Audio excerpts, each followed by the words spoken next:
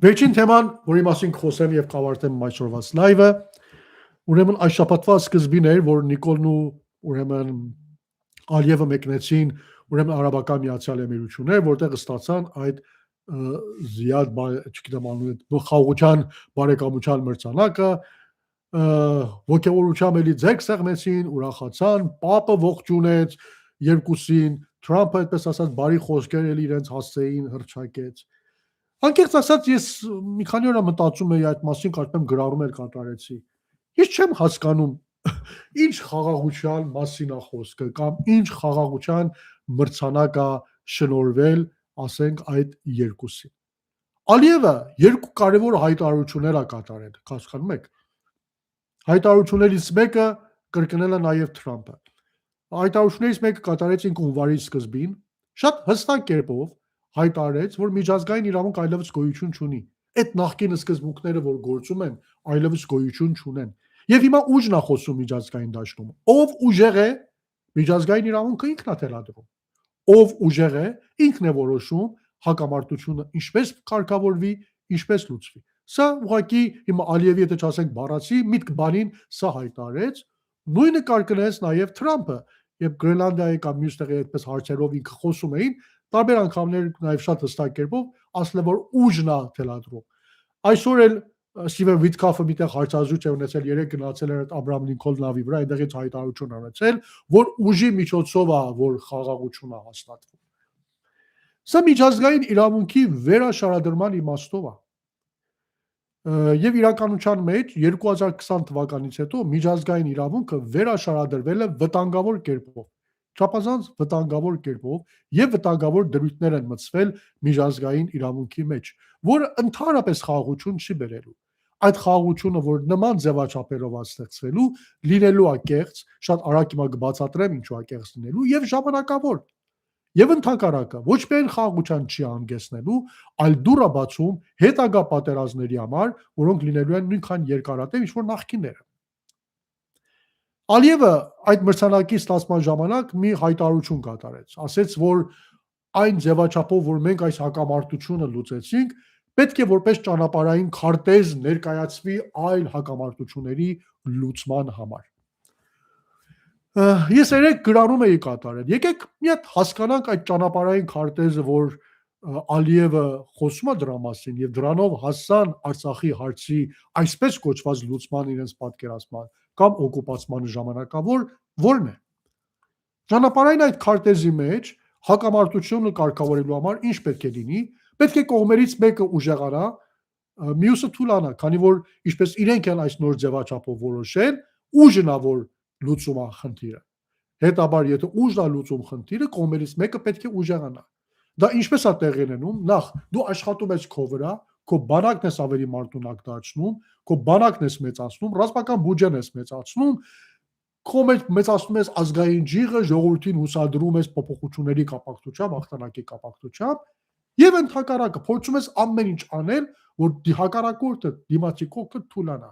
Ինչ կատարվեց Հայաստանի դեպքում 2018 թվականին իշխանության բերեցին պոպուլիստ մի կլավնի Նիկոլ Փաշինյան անունով, որը կործանեց Հայաստանում ամեն ինչ։ Առաջինը թիրախավորեց բանակը, թիրախավորեց ազգային արժեքները, այն ամեն ինչը որ մենք ունեինք, պատմություն, մշակույթ, եկեղեցի, բանակ, այն ամեն ինչը որ կառուցել էին։ Եվ դրանով թուլացրեցին։ Մեկ փուլում երբ դու արդեն հասկանում ես, որ այդ ուժերի հավասարակշռությունը շատ լավ ձևի խախտված է, դիմացինը ընդհանրապես թուլացած է, որովհետեւ այդպես ասած համաճակություն չունի ոչինչ անելու, նրա հետ գնում ես պայմանավորված պատերազմի։ Ասում ես ես քեզ այդ խաղաղություն հետո կկնքեմ, ես կտամ, այն կտամ, պայմանավորված պատերազմ ենք սկսում, այն ամեն ինչը որ ես ուզում եմ, դու տալիս ես ինձ։ Նույնը տեղի ունեցավ 2020 թվականի պատերազմի ժամանակ առաջի փուլում, իսկ 2023 թվականի սեպտեմբերին արդեն երկրորդ փուլում Արցախի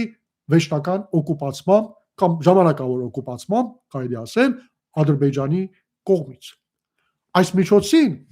շատ հստակ մի բան կա այստեղ, ժողովուրդների ինքնորոշման իրավունք։ Երբ դու սկսում ես միջազգային իրավունք ուսանել, ես էլ եմ ուսանել այդ ճյուղը, քեզ աննախնական առաջին բանը, որ քեզ սովորացնում են հետևյալն է, որ ամբողջ միջազգային իրավունքը ձևավորված է 3 գլխավոր սկզբունքների վրա։ Ժողովուրդների ինքնորոշման իրավունք, երկրների տարածքային ամբողջականության պահպանման սկզբունք, երկու հակամարտությունների լուծման համար բռնի ուժի կիրառումից հրաժարվել, խուսափել։ Այդ երեք հիմնական սկզբունքներն են եղել։ Հիմա այդ ձևաչափում ի՞նչն էր Ադրբեջանին խանգարում, ժողովուրդների ինքնորոշման իրավունքը, բայց ամենի մեջ հիմա ինչպես պետք է լուծեին ժողովուրդների ինքնորոշման իրավունքը։ Եթե հիշեք 2022-ին էր Նիկոլը Պրահայում հայտարարեց, որ Ադրբեջանի տարածքային ամբողջականությունը պաշտապետ ճանաչում է Արցախը ներառյալ, հետևաբար տարածքային ամբողջականության խնդիրը այդտեղ լուծվեց, այսինքն այդ սկզբունքը վերականգնվեց, եկավ վերև։ Մնում էր այդ ամեն ինչի իրականացմանը խանգարում է ժողովուրդների ինքնորոշման իրավունքը։ Ճանապարհային քարտեզի հաջորդ փուլը ո՞րն է։ Եթե կա ժողովուրդների ինքնորոշման իրավունք, որ քեզ խանգարում է, դա կարող ես լուծել մի հեշտ ձևով։ Չկա ժողովուրդ, չկա ժողովուրդների ինքնորոշման իրավունք։ Շատ պարզ։ Մինչև այն ժամանակ ժողովուրդը կարող է ինքնորոշման իրավունք ունենալ, երբ այդ ժողովուրդը գոյություն ունի եւ ապրում է ինչ-որ տարածքի վրա։ Իսկ երբ այդ ժողովուրդը այլևս այդ նախկին ձևաչափով գոյություն չունի, այլևս այդ տարածքի վրա չի ապրում, այդ ինչ ինքնորոշման իրավունքի մասին։ Հետևաբար ինքնորոշման իրավունքի այդ հարցը կարելի է լուծել շատ հեշտ միջոցով, ժողովրդին տեղահանել։ Այն ինչ որ տեղի ունեցավ 2023 թվականի սեպտեմբերին Նիկոլ Ալիև փոխհամաձայնությամբ, քանի որ Նիկոլ այլևս չէր կարողանում տանել առաջ ժողովրդների ինքնորոշման իրավունքի ձևաչափով բանակցություն վարել, դրան ամբողջ այդ հարցը լուծեցին, խնդիր լուծեցին, ժողովրդին անեցին դուրս, չկա Արցախայություն, ուրեմն չկա Արցախի ինքնորոշման իրավունք։ Ամբողջ Արցախայության արեցին այնպես, որ բռնագաղթի ենթարկվի, դուրս կա խոճապ ստեղծելով բենզինի այդ պահեստի պայթյուն, պատերազմ, հիշում եք այդ իրավիճակը, չոքնել, չժանդակել, 1 տարի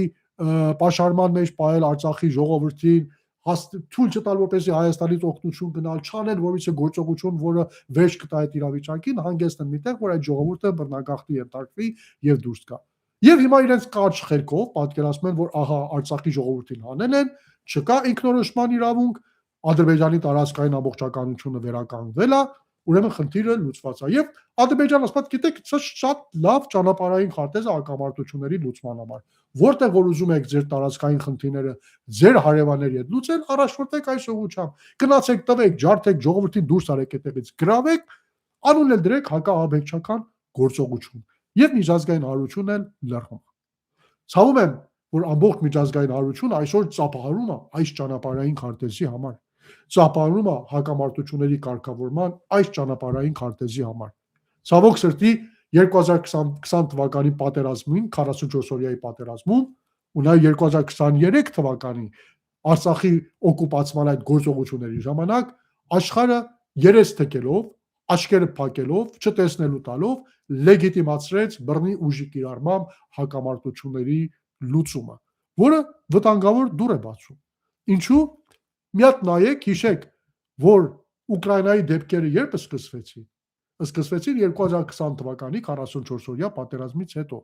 Իսրայելը երբ որոշեց Գազայում բռնի ուժի կիրառմամբ խնդիր լուծել եւ այդ տարածքի հարցը փակել 2020 թվականի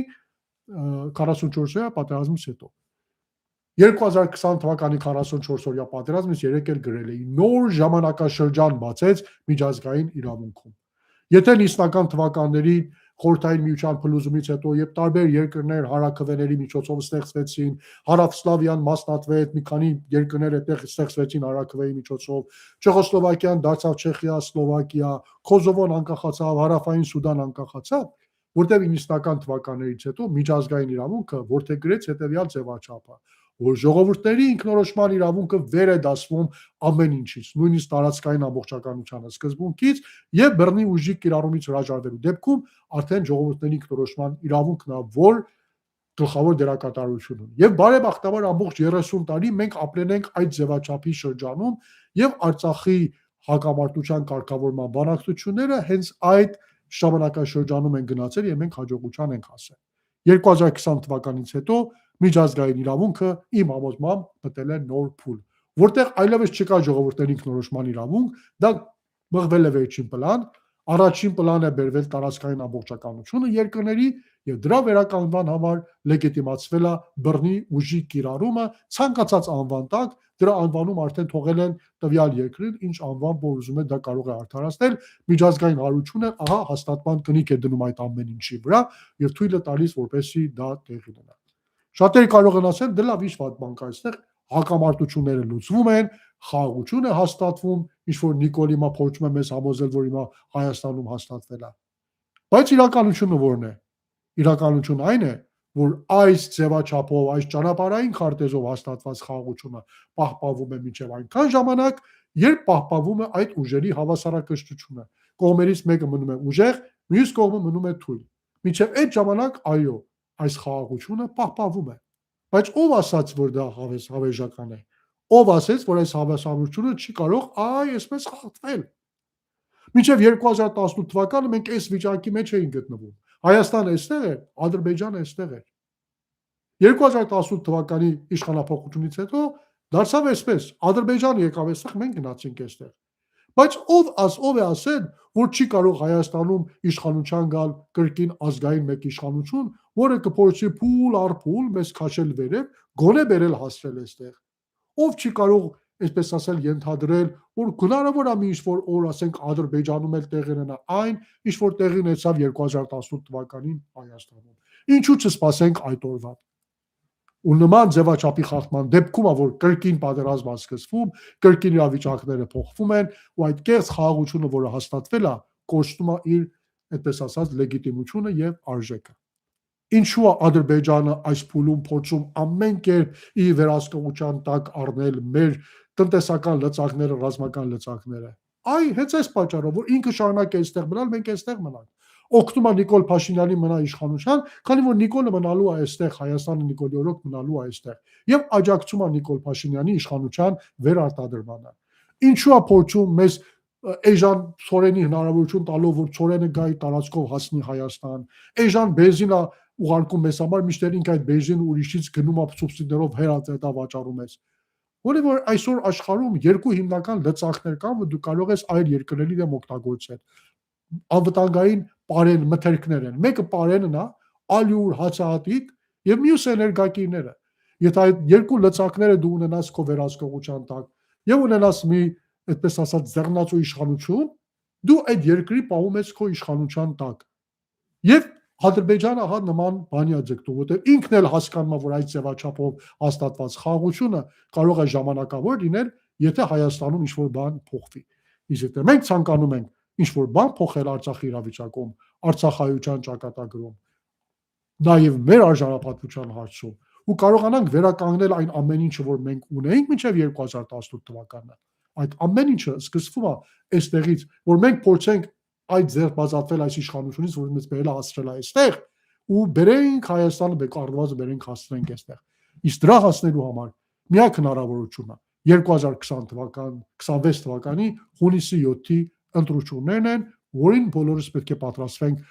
մեր բոլոր կարողություններով, սխալներ թույլ չտալով, ինչպես քիչ առաջ ասացի, իրար կողքի աշխատելով, ճիշտ աշխատելով եւ ինչ որ փուլում լինելով նաեւ խիստ համարձակ ջենթելմենությունը կողտնելով եւ շատ հստակ կերպով ընդդիմության շարքերից վտարելով նրանց, ովքեր կհիասափեցնեն ժողովրդին ընտրությունների կապակցությամբ կամ կփորձեն ձայներ փոշիացնել, այդպես ասած առանձին որպես կուսակցություններ, մարդ կուսակցություններ ընտրությունների մասնակցելով։ Շնորհակալ